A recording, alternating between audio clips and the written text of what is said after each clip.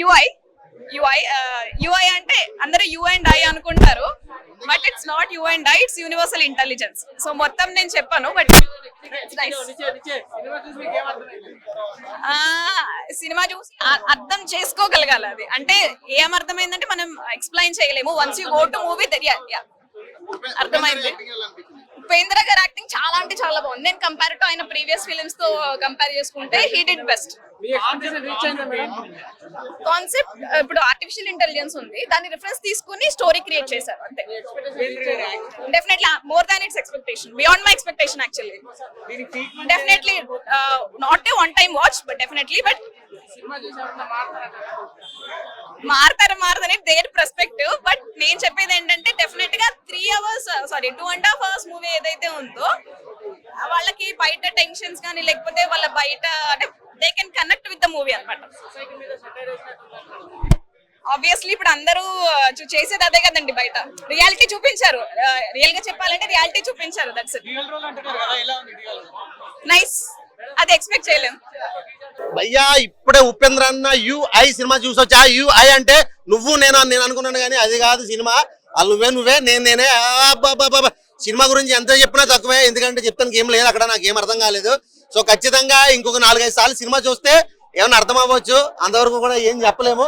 Cinema మాత్రం ఒక్క ముక్కలో చెప్పాలంటే ఖచ్చితంగా చెప్తున్నా, ఈ సినిమా రిలీజ్ అయిన తర్వాత నుంచి ఇంకా పుష్ప సినిమా టికెట్లు ఆగిపోతాయి, ఇంకా సేల్ లేదు. ఇదే హౌస్ఫుల్ డెఫినెట్ గా. ఎందుకంటే ఉపేంద్ర అన్న నుంచి మనం ఏం ఎక్స్పెక్ట్ చేస్తామో దానికి 100 రెట్లు ఎక్కువ ఉంది. 10,000 అప్పు చేసినా పర్లేదు, నైట్ మళ్ళీ ఈ సినిమా చూడాలి ఆ రేంజ్ లో ఉంది. ఎందుకంటే 10,000 అప్పు ఎందుకంటే ఒక సినిమా చూడడం కాదు, 10 సార్లు చూడాలి ఈ సినిమా చూడాలంటే, అర్థం అవ్వాలంటే.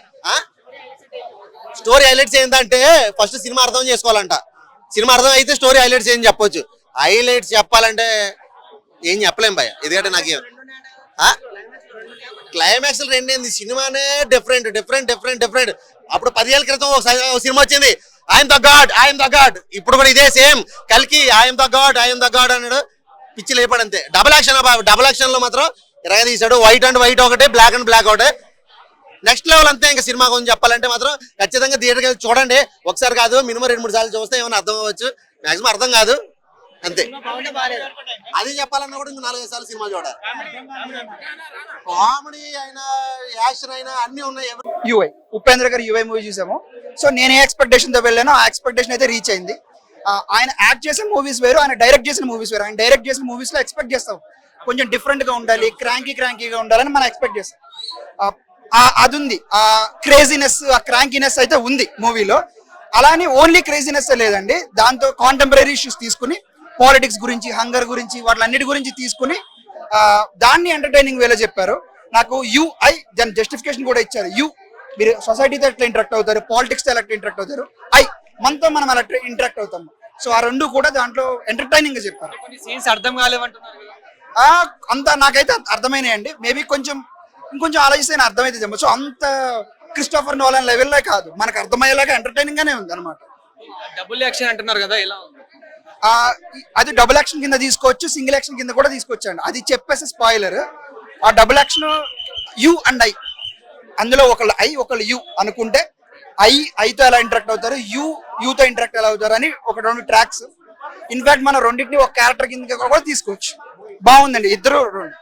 కామెడీ సీన్స్ గానీ ఆ డైరెక్షన్ అవన్నీ ఐ వుడ్ సే దీన్ని కామెడీ మూవీ కింద తీసుకోవచ్చండి. ఎక్కడ మనకి లెక్చర్ ఇస్తున్నట్టు ఉండదు, సొసైటీకి లెక్చర్ ఇస్తున్నట్టు ఉండదు.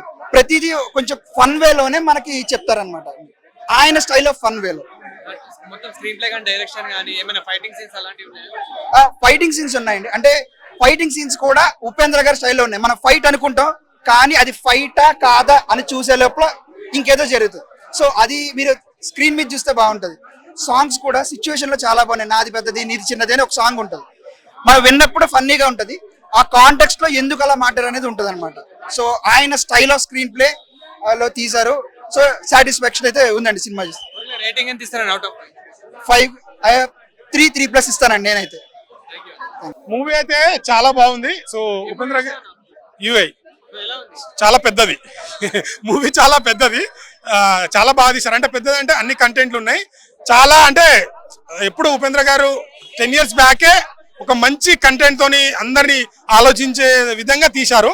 సో ఇప్పుడు అప్డేట్ అయిన వర్షన్ కి చాలా అంటే రాజకీయంగా కానీ మనుషుల పరంగా కానీ మనం ఎట్లా ఉండాలి అన్ని డైలాగ్స్ కానీ స్క్రీన్ ప్లే కానీ బ్యాక్గ్రౌండ్ అన్ని ఎక్కువ మూవీలో మనకు ఉపేంద్ర గారి డైలాగ్స్ తనే ఎక్కువ కనిపిస్తుంటాడు. సినిమా కూడా అంత మంచిగా ఉంది. సో ఇంటెలిజెంట్ పీపుల్కి అయితే ఖచ్చితంగా అర్థమవుతుంది. కొందరికి ఇదేం సినిమా అనుకుంటారు, కానీ డెప్త్గా ఆలోచిస్తే ఇది సినిమా అని మన నిజ జీవితంలో ఏదైతే జరుగుతుందో రాజకీయాలు కానీ అన్ని మీడియాస్ కానీ మనం ఎలా డైవర్ట్ చేస్తుంది సోషల్ మీడియా కానీ ప్రతిదీ చాలా బాగా చూపించారు. నిజంగా ఉపేంద్ర గారికి అయితే అప్డేట్ అయిన వర్షన్ లో థ్యాంక్ యూ సార్. నాకైతే ఆఫ్టర్ లాంగ్ గ్యాప్ తర్వాత ఉపేంద్ర గారు మళ్ళీ బ్యాక్ ఇచ్చారనిపించింది. మంచి మెసేజ్, అందరు చూడండి. ఖచ్చితంగా ఫ్యామిలీతో కూడా చూడాల్సిన మూవీ ఇది. స్టార్టింగ్ మాత్రం మిస్ కాకండి. స్టార్టింగ్ మిస్ అయితే మీరు కొద్దిగా సినిమాని అర్థం చేసుకోలేరు. ఖచ్చితంగా మీరు 2 టైం కూడా చూస్తారు ఈ మూవీని, అంత బాగుంది. Thank you. అన్నా నాది చాలా పెద్దది, వాడికన్నా నీది చిన్నది. ఏం సినిమా తీశారన్న, అసలు మామూలుగా లేదు. నువ్వు మూర్ఖుడివైతే సినిమా మొత్తం చూస్తావు. అదే నాలా ఇంటెలిజెంట్ అయితే 10 నిమిషాలు చూసి వెళ్ళిపోతావు. సో ఈ సినిమాకి ఎవరు రావాలంటే నాలాంటి పనికి మానలోళ్ళు రావాలి, నీలాంటి ఎదవలు రావాలి. సమాజం గురించి ఆలోచించే వాళ్ళు ఎవరైనా రావచ్చునా. అలాంటి సినిమా తీసిండు మన ఉపేంద్ర అన్న. యుఐ నెక్స్ట్ లెవెల్ మూవీ అన్న. యుఐ ఈస్ డేంజరస్ దెన్ ఏ అన్నారు. సో అలాగే ఉంది సినిమా, మాత్రం నెక్స్ట్ లెవెల్ ఉంది. అండ్ ఇంకోటి చెప్తున్నా అన్న, ఈ సినిమాలో కంటెంట్ అంటే ప్రకృతి అంటే మన అమ్మ లాంటిది. అసలు ఒక మంచి సబ్జెక్ట్ తీసుకున్నా. నెక్స్ట్ లెవెల్ ఉపేంద్ర గారి పేరు ఇండియన్ సినిమా ఇండస్ట్రీలో అసలు ఒక చరిత్ర సృష్టిస్తుందన్న. ఆ దాంట్లో మాత్రం ఎలాంటి డౌట్ లేదు. అండ్ ఈ సినిమాకి నేను ఇచ్చే రేటింగ్, నువ్వు తెలివైనోడివా 5కి 5 ఇస్తావు, నువ్వు నాలాంటి మూర్ఖుడివా 5కి 4 ఇస్తావు. సో చిన్న పిల్లల నుంచి పండు ముసల దాకా ఎవరైనా చూడండి, మారండి. నాలాగా మాత్రం అవ్వకండి. అంటే కొన్ని దగ్గర అర్థం కాలేదంటున్నారు. అర్థం ఎందుకు కాదనా, నేను ఇంటెలిజెంట్ ని, నేను మూర్ఖుడు అయితే అర్థం కాదు, ఇంటెలిజెంట్ అయితే అర్థమవుతుంది. నేనైతే ఇంటెలిజెంట్ ని కాబట్టి నాకు అర్థమైందా. అవునా, ఉపేంద్ర మొత్తం వచ్చి కింద మీద సామాన్లు మొత్తం ఊపేసిండన్న. మీకు టెస్టోస్టెరాన్ లెవెల్స్ తక్కువ ఉంటే ఈ సినిమా చూడన్నా పెరుగుతాయి. రొమాంటిక్ హీరోయిన్ ఎక్కడ ఎంత చూపించాలో అంత చూపించిందన్న. ఆ హీరోయిన్ మాత్రం పనికొస్తుంది అన్న, టాలీవుడ్ సినిమా ఇండస్ట్రీకి పనికొస్తుంది. అంటే మంచి టాలెంట్, మంచి పర్ఫార్మెన్స్ మంచిగా ఉందన్న. అమ్మాయి మంచిగా ఉంది. రంగంలో చేరాలనుకునేటప్పుడు తన భార్య మంజు వారియర్ పడే మనోవేదన, అలాగే సూరి ఒక పోలీసుగా ఉండి, ఒక పోలీస్ డ్రైవర్ గా ఉండి అన్యాయంగా నక్సలిజాన్ని చంపుతుంటే ఆయన మానసిక వేదన చూస్తే మనకి ఏడుపు వచ్చేస్తాయి అనమాట. ఫస్ట్ పార్ట్ లో సూరికి బాగా ఇంపార్టెన్స్ ఇస్తే దీంట్లో అందరికీ వెళ్ళి ఇంపార్టెన్స్ ఇచ్చింది అనమాట. ఎక్కడ ఎవరిని తగ్గుద్దని చెప్పి విక్రమార్క నిజంగా నువ్వు స్టోరీ బేస్డ్ వెళ్తావు కాక మస్తు అనిపించేస్తుంది, చాలా బాగుంది.